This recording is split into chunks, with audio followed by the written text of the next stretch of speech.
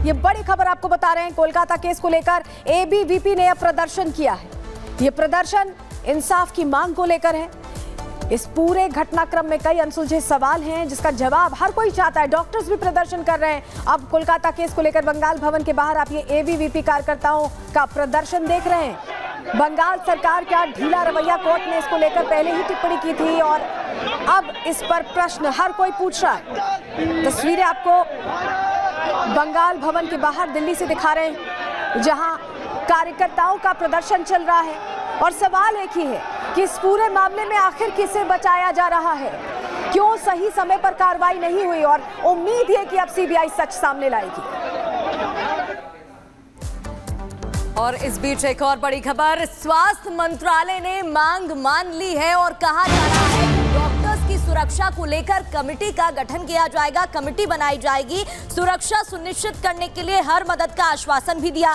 काम पर डॉक्टर लौटे तो लगातार डॉक्टर्स हड़ताल पर थे, हड़ताल कर रहे हैं, हल्ला बोल उनका देखने को मिल रहा है। उनकी 5 प्रमुख मांगे हैं, उनमें से प्रोटेक्शन एक्ट की भी वो बात कर रहे हैं। कह रहे हैं कि ऐसा कानून बनाया जाए जिससे उनकी सुरक्षा सुनिश्चित हो। डॉक्टर्स की सुरक्षा पर कमेटी बनेगी। स्वास्थ्य मंत्रालय ने मांग मान ली है। सुरक्षा सुनिश्चित करने के लिए हर मदद का आश्वासन भी दिया, हर संभव मदद की जाएगी, ये बात कही। और अब रुख करेंगे झारखंड का, जहां की सियासत में ऐसा लग रहा है कि भूचाल आने वाला है। पूर्व मुख्यमंत्री चंपई सोरेन पाला बदल सकते हैं और ऐसी संभावनाएं जब प्रबल हुई तो हेमंत सोरेन के सबसे करीबी रहने वाले चंपई सोरेन की सुगबुगाहट ने हेमंत सोरेन की नींद उड़ा दी है। दिखाते हैं आपको इस रिपोर्ट में।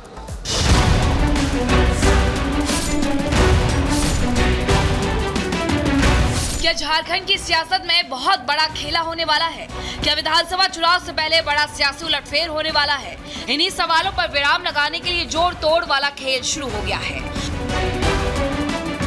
विधानसभा चुनाव की तैयारियों को लेकर हलचल के बीच झारखंड के पूर्व मुख्यमंत्री चंपई सोरेन दिल्ली दौरे पर हैं। उनके साथ झारखंड मुक्ति मोर्चा के 3 विधायक भी मौजूद हैं। दावा किया जा रहा है कि चंपई सोरेन बीजेपी नेताओं के संपर्क में हैं। सियासी गलियारों में चर्चा ये भी है कि झारखंड मुक्ति मोर्चा के पूर्व विधायक लोबिन हेब्रम भी बीजेपी में शामिल हो सकते हैं। इसके अलावा मोर्चा के कुछ अन्य विधायक भी हेमंत सोरेन का साथ छोड़ सकते हैं। हालांकि चंपई सोरेन पर किसी भी नेता की साफ प्रतिक्रिया सामने नहीं आई है। आप लोग ऐसा सवाल ना जो बोलने भी नहीं सकोगे, हम तो आपका सामने है। चंपई सोरेन के बीजेपी में शामिल होने की अटकलों के बीच झारखंड बीजेपी के प्रभारी हिमंता बिस्वा शर्मा ने चंपई सोरेन को बड़ा नेता बताया है। चंपई पर बीजेपी के नरम रवैये के पीछे की वजह क्या है, ये तो अब तक साफ नहीं हो सका, लेकिन राजनीतिक गलियारों में चर्चा है कि चंपई सोरेन पाला बदलने वाले हैं। चंपई जी झारखंड आंदोलन का एक बहुत बड़ा नेता है। झारखंड मुक्ति मोर्चा में हेमंत सोरेन से भी उनका अधिकार ज़्यादा है, इसलिए वो शिबू सोरेन जी का साथ एक साथ लड़ा था। मैं तो ये चाहता हूँ कि चंपई सोरेन जी का उनका जो व्यक्तित्व है, हमें ये सब क्वेश्चन करके उनका व्यक्तित्व को हम निश्चय नहीं करना चाहिए। कोई राजनीति में कोई व्यक्ति को हम छोड़ देना चाहिए कि भाई उनका ऊपर हम टिप्पणी नहीं करूंगा। जो रास्ता है वो रास्ता खुद लेने का वो समर्थ है, हमारा कोई समर्थन इसको नहीं चाहिए। प्रधानमंत्री मोदी के विकास कार्यों के दम पर बीजेपी का जोश हाई है। पिछले लोकसभा चुनाव में बीजेपी का प्रदर्शन भी शानदार था। हालांकि इस बार इंडी गठबंधन चुनौती देने के लिए तैयार है। झारखंड में विधानसभा की 81 सीटें हैं। अगर 2019 में हुए विधानसभा चुनाव के नतीजों की बात करें तो बीजेपी को 25 सीटों पर जीत मिली थी, जबकि हेमंत सोरेन की पार्टी जेएमएम को 30 सीटें मिली थी। वे कांग्रेस 16 सीटों पर जीत हासिल करने में कामयाब रही थी। अन्य के खाते में 10 सीटें गई थी। अगले कुछ महीनों में झारखंड में विधानसभा चुनाव होने हैं। ऐसे में चंपई सोरेन अगर पार्टी का दामन छोड़ते हैं तो जेएमएम के लिए ये बड़ा झटका होगा, क्योंकि चंपई सोरेन की पार्टी के नेताओं के बीच अच्छी पकड़ मानी जाती है। मतलब साफ है, चंपई सोरेन अगर पाला बदलते हैं तो झारखंड की सियासत में भूचाल आना तय है। Bureau report, Republic Bharat.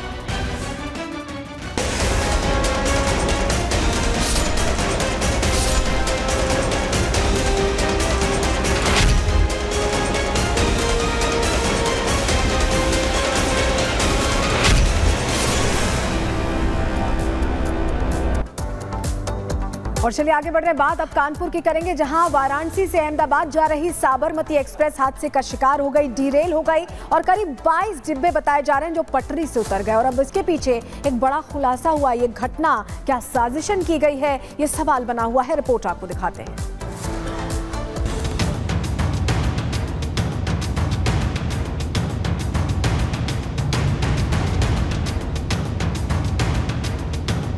देश में जो रेल हादसे हो रहे हैं वो इत्तेफाकन हो रहे हैं या साजिश के तहत कराए जा रहे हैं, इसे लेकर अब एक नई बहस छिड़ गई है। ऐसा हम इसलिए कह रहे हैं क्योंकि कानपुर में रेल हादसे को लेकर साजिश की थ्योरी सामने आ रही है।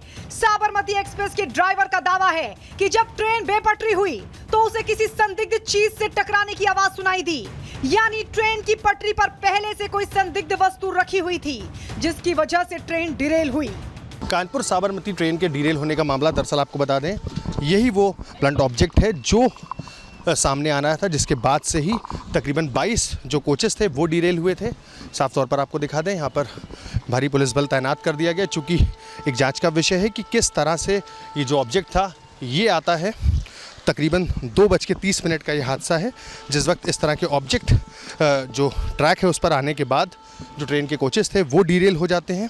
फिलहाल ये पूरा मामला जांच का विषय, चूँकि आईबी और उत्तर प्रदेश पुलिस को इस पूरे मामले की जांच दे दी गई है। चूँकि क्या एक एंगल ये भी जांच का है कि क्या किसी शरारती तत्व ने इस तरह की शरारत करी है या कोई एक साजिश है इस तरह के बड़े हादसे को अंजाम देने की, जिसके चलते अब जो आईबी की टीम्स है वो भी कानपुर पहुंच चुकी हैं और खुद यहां पर जो उत्तर प्रदेश की पुलिस है वो इस पूरे मामले की जांच करी। कानपुर रेल हादसे को लेकर रेल मंत्री अश्विनी वैष्णव ने साजिश की तरफ ही इशारा किया है। रेल मंत्री ने इस हादसे की आईबी और यूपी पुलिस से जांच कराने की बात कही है। रेल मंत्री ने ट्वीट कर लिखा कि साबरमती एक्सप्रेस का इंजन आज सुबह 2:35 पर कानपुर के पास ट्रैक पर रखी किसी वस्तु से टकराया और पटरी से उतर गया।